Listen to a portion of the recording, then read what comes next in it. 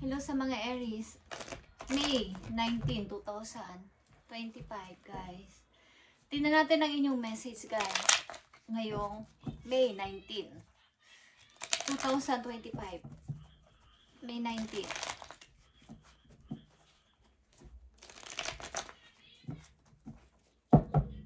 Para sa mga Aries, May 19. Sa mga bibigyan ng message today, tingnan natin ang inyong message, Aries. Mahalagang message for Aries. Okay. Ang ilan sa inyo ay nagmamadali, guys. Kailangan ko na tong gawin. Okay. Napapag-iwanan na ako sa aking pagsikat, sa aking pagtatagumpay. Okay? Kailangan ko ng kumilos. Kailangan ko tong i-manifest. Ang magkaroon ng kalayaan sa money. Kay Aries, at freedom sa lahat ng bagay. Ito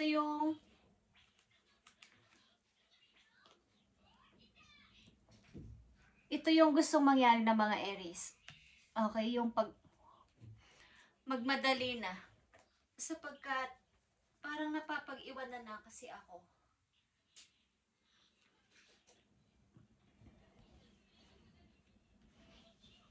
Parang napapag-iwanan na kasi ako ng mga ilan kong mga kaibigan. Kailangan ko magmadali at kailangan ko makalaya, magkaroon ng freedom, ng happiness. Okay? The sun is here, Aries. At imamanifest ko to para magkaroon ako ng kalayaan sa money, magkaroon ng freedom sa lahat ng bagay. Okay guys? Ace of Swords is here. Kaalaman, knowledge. At talagang kalayaan sa money. Kailangan ko na tong gawin. Ngayon na. Kung kailan man to guys is dapat nyo tong pasimulan, Aries, sapagkat ang ilan sa inyo ay nag-iisip na para na ako napapag-iwanan ng aking mga kaibigan, ng aking mga kakilala. Parang andito na lang ako. At parang sila ay umuunlad pero ako ay nandito pa din at panay lang ang plano. Okay, Aries, tingnan natin ang mga message for you. May 19. At malapit na magtapos ang May, guys. Punta na tayo sa June. At napakabilis lang ng huwag na kayo magduda. Okay? Sa sarili ninyo. Kung kayo magpapatuloy o hindi. Gumawa na kayo ng mga kakaiba. Okay? Something na kakaiba sa sarili. Na hindi pa alam ng iba. Ng lahat. Bagay yung kayo lang ang nakakaalam. Yung sa inyong idea. First message for you is 8 of Wands. Okay. Patuloy. Magpatuloy sa buhay. Sa positive ways. O sa isang positibong pamamaraan, guys. Aries. Humingi ng tulong. The Judgment. Humingi ng tulong sa langit. Nabigyan ka ng isang pagkakataon na makaangat ulit sa buhay. Okay. At alisin ang mga gumugulo sa isip mo, Two of Swords, mga bumabati ko sa isip mo, kumukontak sa isip mo na parang para hindi ka makapag-decide, para hindi ka makagawa ng aksyon o decision sa buhay. At mga awayan sa paligid. Iwasan na to guys, Aries, kung gusto niyo magtagumpay sa buhay, katulad ng mga nanditong outcome message for you, is palayain mo ang sarili mo sa mga taong parang nagpapabigat sa'yo.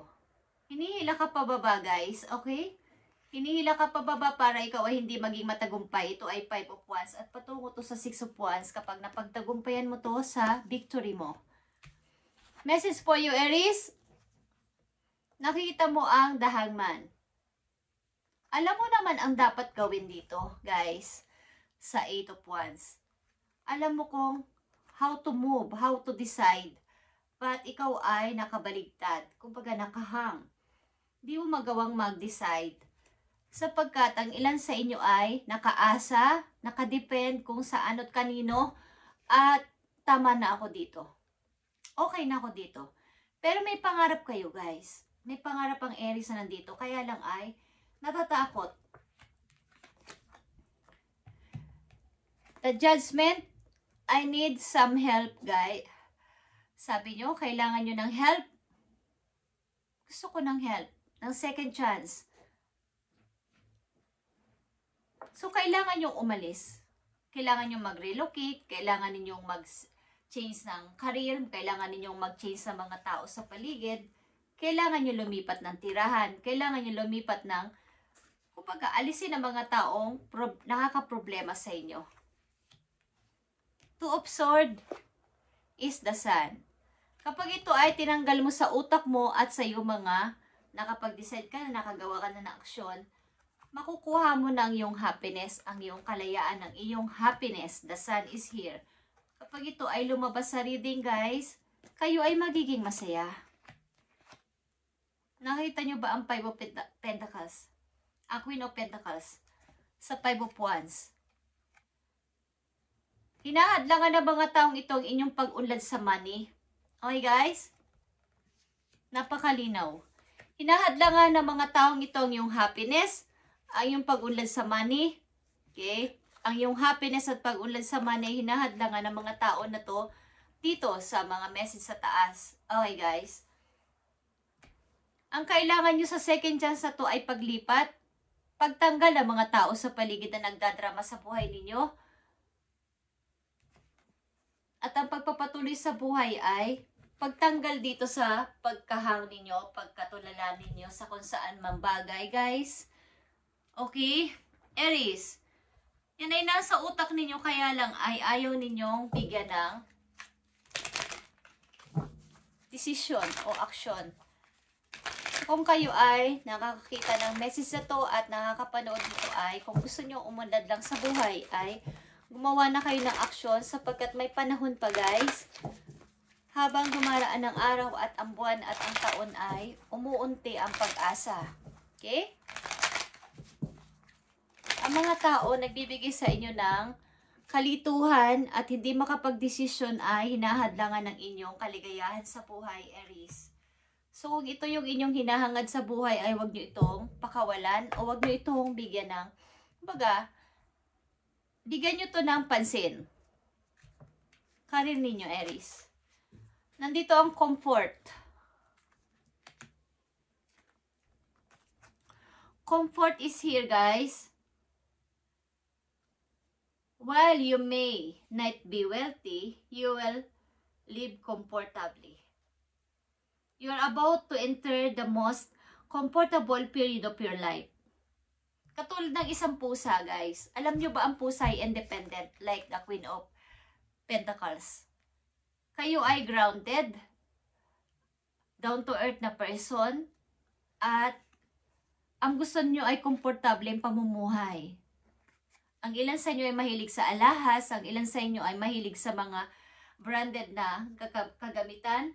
But paano nyo ito matutupad kung nagpapakontrol kayo dito sa apat na message na to na nasa taas? Na hinahadlangan kayo at hinihikayat kayo ng mga tao ito pababa. Okay, guys? Aries, katulad ng isang pusa na image dito ay ang mga pusa ay independent. Sila ay naghahunt ng kanilang makakain. Hindi sila umaasa sa iba. Ang gusto nila ay malambot na kutsyon. Magandang pag sila ay nakatira sa isa ng bahay. May nagbili sa kanila o may umampun sa kanila. Kahit pa sila ay pusang nasa labas is gusto nila yung malambot na higaan, di ba? Ang mga pusa, kasi may pusa din ako. Sila ay yayamanin style. Hindi sila ay malinis. Ayaw nila yung makalat.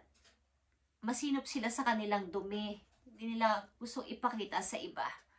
Ganon din dapat ang inyong katangian. Aries na nandito sa reading. Kailangan ay komportable kayo sa inyong tirahan, sa inyong pamumuhay, like a Queen of Pentacles. Okay? Your finances are in the state of balance.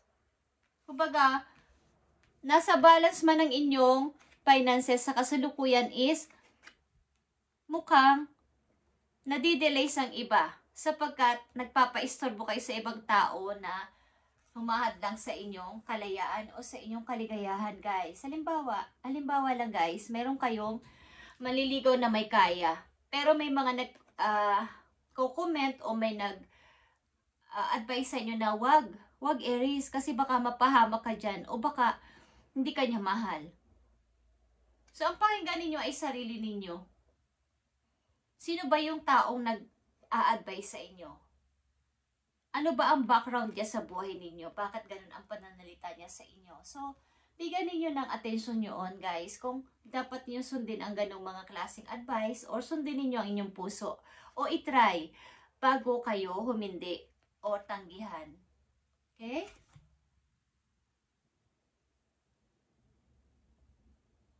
Kumbaga, ang ilan sa inyo nandito sa reading ay katulad ng The Hangman is tama na ako dito. Dito na lang siguro ako. Hindi na siguro ako mag-iisip. But, kung kayo ay nasa isang sitwasyon na kayo ay, alam ninyong kayo ay nahihirapan na at pinupush ng kapalaran na kayo ay magsikap pa at mag-relocate something o mag-travel something. Kung hindi ninyo ito susubukan ay baka dumating ang isang araw, isang buwan o isang taon o madarating na mga taon na kayo ay hindi na komportable at mararamdaman nyo na lang to katulad ng isang image dito na dati nakahiga kayo sa malambot, lilipat kayo sa matigas at hindi na mariresolba pa pagdating ng panahon. Sapagkat kung andyan yung chance at meron namang nagbibigay, meron namang nag-aalok, isunggapan nyo na sunggapan hanggang kayo ay bata pa, Aries. Okay, sa mga Aries nandito, kayo ay, napipil ko dito sa inyong reading, ang mga Aries na nandito ay, ayaw nyo yung mahirap, ayaw nyo yung sobrang hirap, gusto nyo yung komportable kayo sa pamumuhay, lalo na pag bumuo ng pamilya. At lahat naman yun ay ganun ang gusto sa buhay, lalo na pag may pamilya. Kaya lang kung hindi kayo uusad at hindi kayo magde-decide, is walang mangyayari dito sa inyong pangarap na to, Aries. Message for you. Okay, Aries. Nandito ang sometimes walking away is the only option.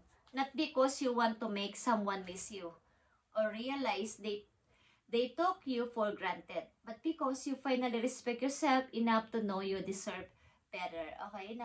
Narinig nyo ba ang sinabi ko, guys? Ang ibig sabihin nito, sometimes, hindi ang ibig sabihin ng pag-alis o pag-lipat nyo, pag-alis nyo o pag-change nyo ng mga tao sa paligid nyo ay nangahulugan na ito ay option. Because, kumbaga is, may alam mo sa sarili mo na may maganda pang deserve para sa'yo. Hindi naman sinasabi na, kaya kita iiwan dahil gusto ko. Kaya lang, yun ang dinidesire ng puso ninyo na mayroon pa kayong kailangang gawin. Mayroon pa kayong gustong mangyari sa buhay. At wala dito sa lugar na to, wala dito sa tao na to, okay? Sapagkat kahit anong pag-grow nyo ay hindi naman nag-grow. Kahit anong gawin nyo ay hindi naman nagiging okay. Bakit pa ako mag-i-stay dito? Ito man ay tao o trabaho. Sayang ang panahon ko dito, ang effort ko, ang energy ko, ang pag-support ko sa inyo, pero hindi ko naman deserve ang sahod na to. Hindi ko deserve ang respeto mo sa akin. Hindi mo ako nire-respeto bilang isang babae o isang lalaki. So bakit pa ako magtsatsaga sa'yo? So pag kayo ay nilisan nyo ang tao na to, ang sitwasyon na to, ang trabaho na to, lumipat kayo sa ibang company o makakilala kayo ng ibang tao, hindi man agad-agad pumasok sa pag-ibig, is malalaman nyo ang inyong worth, ang inyong halaga sa mundo. Na mas better pala na mas nag-aabang sa akin doon sa place na yon, doon sa company na yon, sa kanya. Okay, kung ito man ay tao. So, hindi nyo yan malalaman kung hindi nyo itatry. Okay, sa mga Aries na nandito, hinihakayat kayo ng inyo, mga guys, na kayo ay magpatuloy sa buhay. Kung kayo ay may pangarap at gusto pang umangat sa pamumuhay. Okay, Aries. Tingnan natin ang magandang message pa para sa'yo. Sapagkat andito ang 5 of Wands is, alam nyo bang maraming nakikipag-rival sa inyo, guys? Gusto nilang kayong tularan. gusto nilang maging isang katulad ninyo na Aries na nakukuha ang lahat, ang magtatagumpay. So maraming gustong humila sa inyo pababa, guys. So mag-ingat kayo sa work at sa mga tao na inyong pagkakatiwalaan. Okay. Sa mga Aries nandito sa reading, I need message for Aries. Nakita nyo ba ang 5 of Ariel, guys? 5 of Pentacles ito. You didn't go through your current challenges alone. Help is nearby. Negative thoughts create self-fulfilling prophets. Okay. May mga tao sa paligid ninyo na tutulong sa inyo dito sa kaperahan na to, sa opportunity na to, nasa malapit lang. So, huwag kayo mag-alala na mag-ask ng help, magbigay ng idea sa kanila. Kung ito man ay inyong mga kakilala na matagal na maaaring sila ay makakatulong sa inyo, guys. Sa inyong opportunity na paparating na to. Hindi nyo kayang simulan ang challenges na to sa buhay na mag-isa. Nakikita nyo ba ang next na message sa inyo ay the Empress? Okay, the Empress is here. Aries, time to act upon your plans.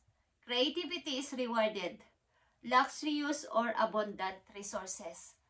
Katulad ng isang the Empress, kayo ay mag-grow like the Queen of Pentacles sa money. Makakabili kayo ng mga accessories o mga branded na mga gamit. Lahat ng gusto ninyo is kaya ninyong mabili dito. Example, okay, is ito ay, ang inyong plano ay gawin ninyong reality. Time to act upon your plan. Hindi lang basta plano. Kailangan ito ay inyong isagawa at isakatuparan, guys. Hinihimo kayo ng inyong mga guides na magpatuloy. Direct itong message, guys.